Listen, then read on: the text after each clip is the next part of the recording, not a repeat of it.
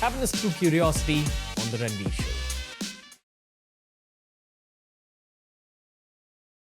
I joined this company called Huawei, and and Huawei gave me a lot of exposure. I was there with Huawei for 3 years. You went to China. Yeah, Stayed in China. Yeah, I was in China for a year, and I was in Brazil for a year with Huawei, and Indonesia. Indonesia I had visited, traveled for work in my previous stint, but I was in Indonesia for almost 6 to 9 months. In your phase in China, you realized how much importance is given to work, longer work hours, extreme hustle mentality. The Chinese go to war for the sake of their work. Yeah. Downside is possibly mental health issues, kind of boxed thinking, which you see often with Chinese people all over the world. Yeah. Is there anything you'd like to add about China?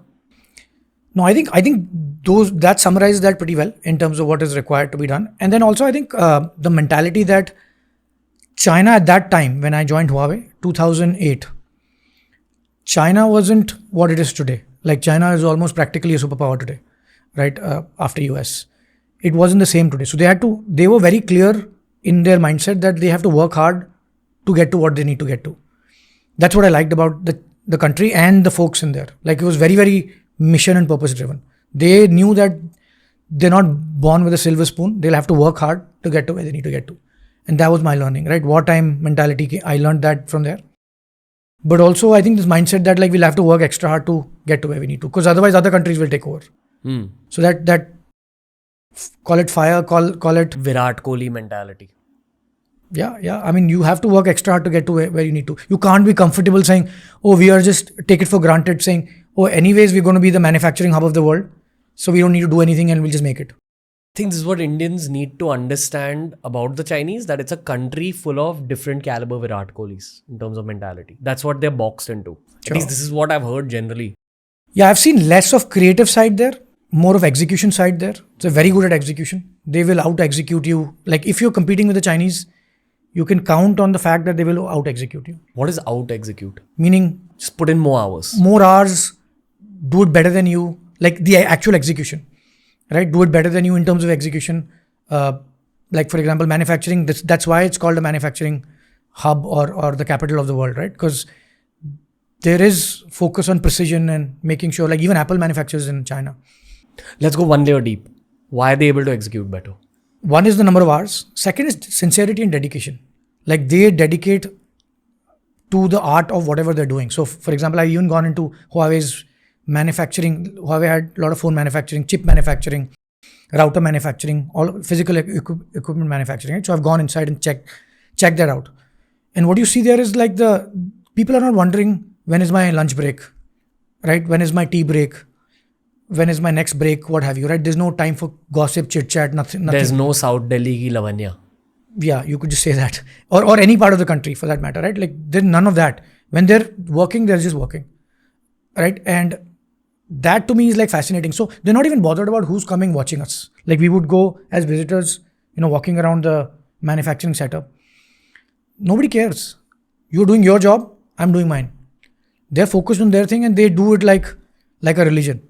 Okay, maybe the answer that I was looking for is what's in the education system that's making them this way.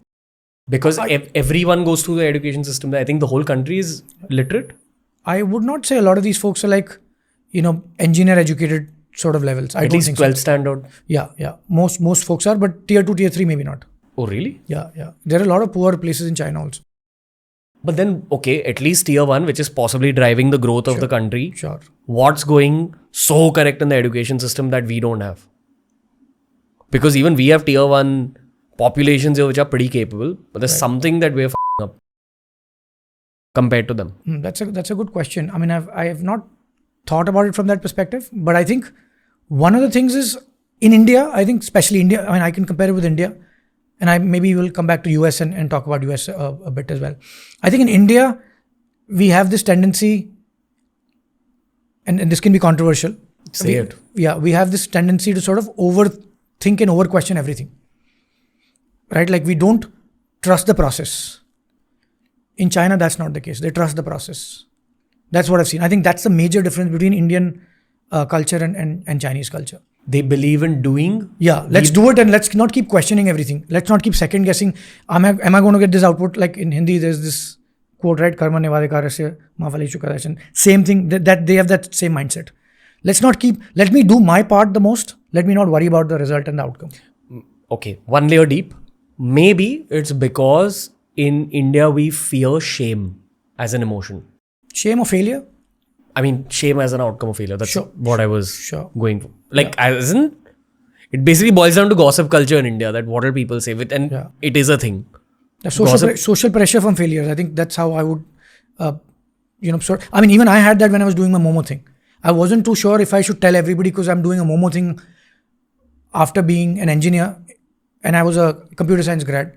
So with that background, I also had that during that time. So probably this overthinking, which is the problem for India, is an outcome of the fear of shame. Possible. Like I felt that during my times when I was doing my Momo thing. I would not go and tell everybody at that point. And maybe in China, failure is not looked down upon as much. They don't worry about the outcome so much. So even if there is failure or success, they don't worry about the outcome. Have I put in my 100% to the best of my abilities? That's the focus. That is a clear cultural difference. In terms of macro strategy, like the leaders at the top, I am assuming they would be cut from the same cloth. Yeah. But is anything different in Chinese leaders versus Indian leaders? I think the wartime mentality is for sure. Like they're not worried about taking on the big shots in the market. Like if you're not a market leader, they're not worried about taking on somebody larger, right? So that underdog mindset is a very different mindset as from leadership perspective. You got to be aware that you are an underdog, which means you don't have all the luxuries of what a larger competitor has. They may have more employees, they may have more money, they have a bigger brand, they have more customers. In spite of not having all of that, how do you go compete with them? And be prepared to get your backside kicked, right? So that I've seen for sure in leadership there. I'm not saying we don't have that in India. There are good leaders who are doing that in India now, especially the new set of folks. But I think it's a more, like there's a larger set of leaders I've seen in China who come with that mindset. Bigger Possible. Yeah. I mean, I'm just thinking of a different phrasing. Either that or not too worried about, again, I mean, I think they're not too worried about like, what if I am not able to get to my outcome? Like, I think Elon says it very well, right? I think Joe Rogan or Lex Friedman was asking him this question in one of his podcasts. Like, what's your plan B or plan C if plan A doesn't work? And he says, I don't think like that, right? Like for me, like once I decide something needs to be done, it needs to be done, right? Till death. I think that's the mindset there in China. Versus what do you see in Bangalore or Mumbai or Gurgaon? I think too many people have plan Bs and plan Cs. Too many plan Bs and plan Cs. And then always second guessing your outcome. Oh, like time boxing it. And we are also taught from this culturally from childhood, cut your losses, have a timeline, right? Move on. And in a lot of cases, that's not a bad thing. But I also feel like from my own experiences in life, would I have done better if I was always not second guessing myself? I absolutely think so. Now, and that's one thing I sort of exhibit or try to work on a day-to-day basis at Plivo, right? Not second guessing all the time. What's life like in China? Just daily life. It's a lot of work, obviously, long work hours. Yeah. Like long work hours. Life. I mean, I'm a tea, connoisseur. So I love the China culture in terms of tea and health, and there's a lot of natural stuff, natural eating. They don't overcook food. So from that perspective, yes. And then from work perspective, very focused. Come in, put in your hours.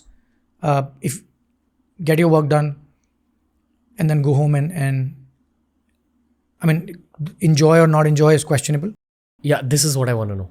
Because I feel like career growth is an outcome of what you do in your free time as well. So what do Chinese people do in their free time?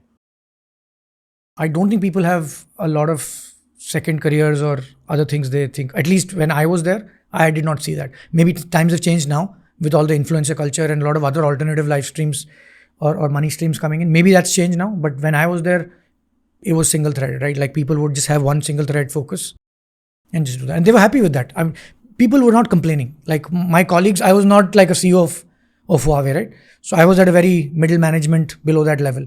So there you know the reality. The ground check was people were happy doing what they were doing. Nobody complained, nobody cribbed. People were happy doing what they did. They vibe with Indians? Yeah.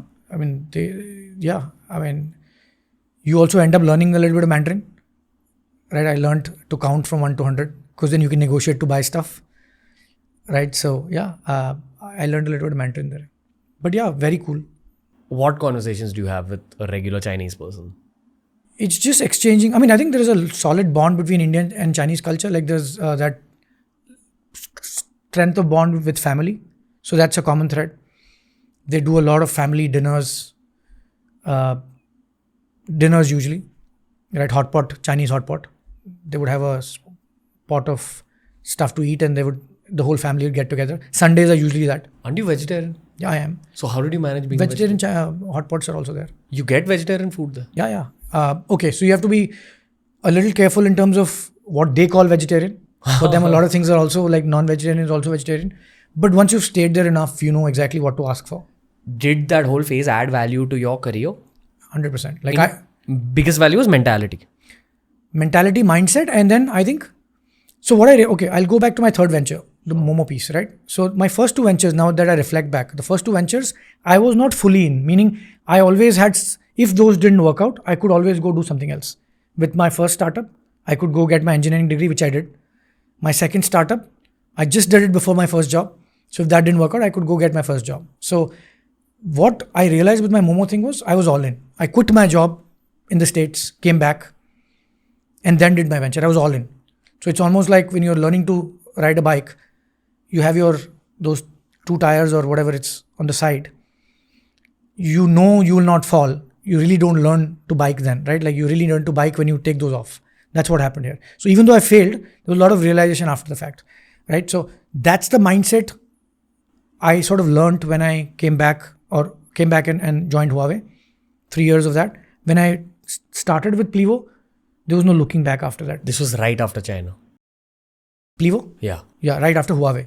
So China first year, next 6 to 9 months was Indonesia, and then Brazil. So the last 1 year was Brazil. I quit that and then started Plivo. Hey, if you enjoyed this clip from the Ranveer Show, we've uploaded a ton of other clips related to a ton of other topics. So explore the channel because there's something for everyone.